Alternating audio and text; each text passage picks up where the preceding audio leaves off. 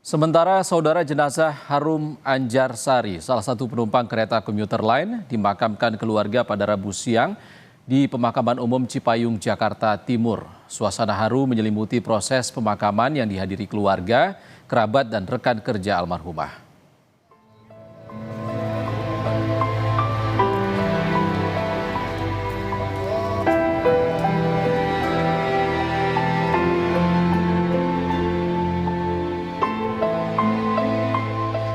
Harum Anjarsari, salah satu penumpang kereta komuter lain yang menjadi korban kecelakaan di Bekasi Timur, telah dimakamkan keluarga di Pemakaman Umum Cipayung, Jakarta Timur. Sambil memegang foto semasa hidup, suami Harum tak kuasa menahan tangis. Suasana haru semakin mendalam saat proses tabur bunga. Perempuan 27 tahun itu sebelumnya sempat menyampaikan ingin pulang ke rumah orang tuanya di kawasan Bambu Apus, Cipayung, Jakarta Timur. Saat kecelakaan terjadi pada Senin malam, almarhumah menumpang kereta jurusan Tanah Abang Cikarang, hendak pulang ke rumahnya di Tambun, Bekasi. Almarhumah pergi meninggalkan suami dan 2 putranya. Sampai siang kami disuruh ke rumah sakit Polri, dan di rumah sakit Polri kami suruh mengirimkan data foto Harum, kelihatan giginya, golongan darah, sama ijazah yang ada stempel 3 jari. Setelah itu baru sorenya baru ketahuan kalau anak saya ada. Emang sebelum meninggal dia udah ingin pulang terus. Sementara itu menurut sang adik, almarhumah merupakan sosok kakak yang kuat dan sayang dengan keluarga serta sosok pekerja keras. Orangnya kuat banget dari segi mental, dari semangat. Dia juga sayang banget sama keluarga, orang tua pun apalagi gitu, sayang sama adik-adiknya, sayang sama anak-anaknya, sampai rela nggak lembur, bahkan bisa lembur lama itu pekerja keras banget orangnya, sangat pekerja keras. Harum Anjarsari menjadi salah satu dari belasan korban yang meninggal dunia dalam kecelakaan tabrakan kereta api Argo Bromo Anggrek dengan kereta komuter lain di stasiun Bekasi Timur.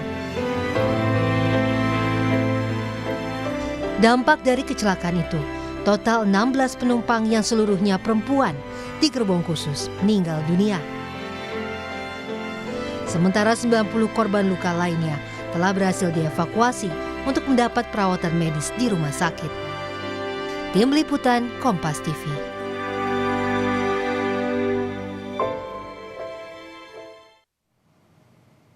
Dan saudara, saat ini kita sudah bergabung dengan suami Harum Anjarsari, Radit, yang saat ini berada di TKP kecelakaan kereta untuk mengambil sisa barang sang istri, Harum Anjarsari, yang ditemukan pasca kecelakaan. Selamat siang, Mas Radit. Assalamualaikum.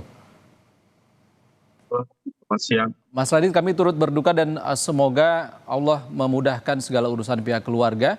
Mas Radit, kabarnya tengah mengambil barang-barang yang ditinggalkan oleh almarhumah di lokasi kecelakaan. Apa saja barang yang diambil, Mas Radit? Ya, betul. Jadi semalam saya dapat kabar dari relawan, terutama terus dari saudara-saudara juga, dari pihak KAI juga mengabarkan bahwa barang-barang saya dari ditemukan. Di yang ditemukan itu ada laptop yang sudah patah, kemudian dompet dan beserta isinya, dan ya lain-lain, make up-nya dia juga, make up dia, kalau KTP-nya sampai saat ini saya belum bisa temukan. Ya, seluruh barang yang ditinggalkan oleh almarhumah sudah terkumpul, dan pertama kali Anda melihat barang-barang yang ditinggalkan oleh almarhumah, apa yang terbesit di benak Anda, Mas Radit?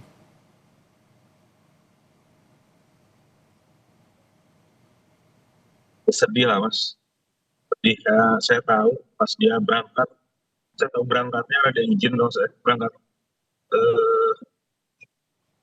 kerja setiap pagi dengan tas yang selalu dipakai sama dia, dengan headset yang selalu dipakai sama dia. Pas tadi saya lihat cuma lihat barang itu orangnya gitu.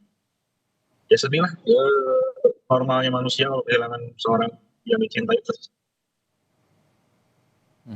Mas Radit, bahkan detik-detik sebelum terjadinya tragedi ini juga Mbah Harum sempat memberi kabar kepada Anda, benar? Karena kebetulan beberapa hari dari hari Jumat, Sabtu, itu dia kebetulan lembur juga, hari Sabtu itu lembur kerja, kemudian saya juga ikut.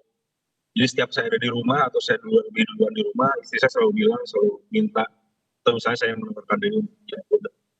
Ketika hari Senin itu, ya memang dia pukul sekitar 8, jam 8 itu udah WhatsApp saya, dia bilang, saya mau jemput nggak, dengan bahasanya bahasa istri dan ibunya udah di kalender nih, mau dijemput tidak nih. Jadi akhirnya ya, saya jemput sekitar pukul 20.30 lah, saya berangkat sama anak saya yang paling kecil. Dan saya datang sampai ke stasiun Tambun itu sekitar jam 9:03 atau 9:04, sampai ya kurang lebih sekitar 21.50-an. Itu kita sempat masih komunikasi bahwa istri bilang, kan keretanya ini katanya nabrak mobil. Jadi saya bilang, udah kamu turun aja, nanti biar aku yang ke sana atau mau naik ojek online terserah.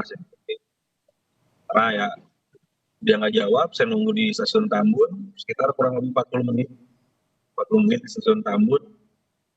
Anak saya juga udah mulai rewel, mungkin udah mulai malam, ngantuk atau banyak nyamuk sih kurang.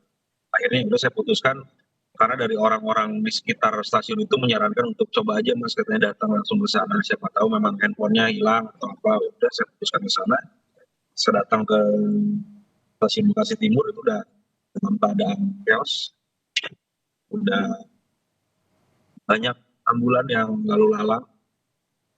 Saya nggak mikir panjang, saya naik, saya nanya banyak tentang ini korban pada dibawa kemana, yang dievakuasi ada di rumah sakit. Saya putuskan pulang dulu ke rumah karena saya bawa anak kecil.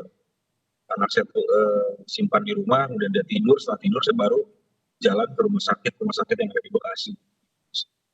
Pada sampai jam 1 malam, kurang lebih jam 1 malam, mertua saya nelpon minta tolong untuk coba telepon lagi. Dan tadi ditelepon nomornya Mbak Harum tuh nyambung, saya telepon ya. Yang saya kira yang mengangkat istri saya, ternyata ya seperti yang sudah saya bilang, yang ada tuh seorang tugas damkar.